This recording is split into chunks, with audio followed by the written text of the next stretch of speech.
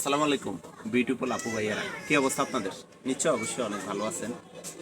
তো আজকে হচ্ছে একটা ভিডিও করতেছি। ভিডিও হচ্ছে মানে ফ্রিতে টিপস দিব আর কি। আপনারা ফ্রিতে টিপস হচ্ছে, আমরা তো সবাই শ্যাম্পু ইউজ করি, যেমন যে কোনো শ্যাম্পু, এটার কথাই বললাম আর কি, যেমন এই টাইপের শ্যাম্পু ইউজ করি। কারণ আমাদের যাদের চুল আছে তারা অবশ্যই শ্যাম্পু ইউজ করতে হবে, চুল নাই যাদের তারাই ভিডিওটা স্কিপ করলেও চলবে, না দেখলেও চলবে। চুল থাকলে অবশ্যই শ্যাম্পু ইউজ করতে হবে চুলটা ক্লিন করার জন্য।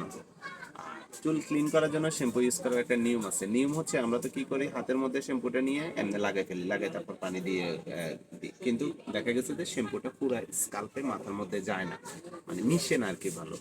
তো তাদের জন্য টিপস হচ্ছে, আপনারা তো গোসলের সবাই তো মগ ইউজ করেন, গোসলের মগ মানে মানে ওয়াশরুমের মধ্যে গোসলের মগ থাকে, যারা ঝর্ণা ইউজ করেন বা বাথটব যা ইউজ করেন, কিন্তু মগ থাকে।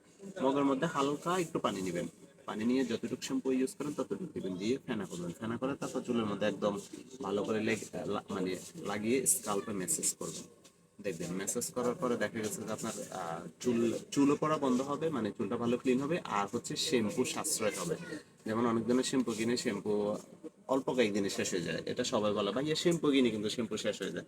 সেই জিনিসটা সাশ্রয় হবে, চুলের জন্য ভালো হবে, মানে সব দিক দিয়ে একদম একে বলে আর কি যেটাকে।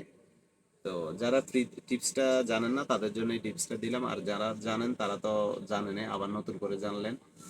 সবাইকে অসংখ্য ধন্যবাদ।